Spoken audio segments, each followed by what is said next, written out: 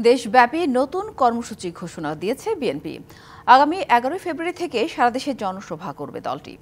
10 দিনের এই কর্মসূচির আওতায় দেশের 64 জেলায় জনসভা হবে। বিকেলে রাজধানী নয়াপল্টনে দলের কেন্দ্রীয় কার্যালয়ে আয়োজিত জরুরি সংবাদ সম্মেলনে এই ঘোষণা দেন বিএনপির সিনিয়র যুগ্ম মহাসচিব রুহুল কবির রিজভী। সংবাদ সম্মেলনে রিজভী অভিযোগ করেন, গাজীপুরের সাবেক মেয়র জাহাঙ্গীর এখনও দেশের বিরুদ্ধে ষড়যন্ত্র করে যাচ্ছেন। প্রশাসনের বিভিন্ন স্তরে থাকা ফ্যাসিস্টের সহযোগীদের চিহ্নিত করার দাবি জানান তিনি।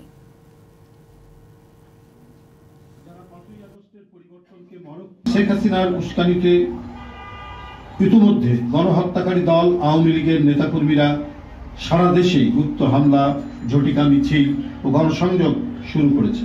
জয় বাংলা স্লোগান দিয়ে রক্ত পিপাসু আওয়ামী দুর্বৃত্তরা গাজীপুরে ছাত্র জনতার উপর নারকীয় আক্রমণ চালিয়েছে।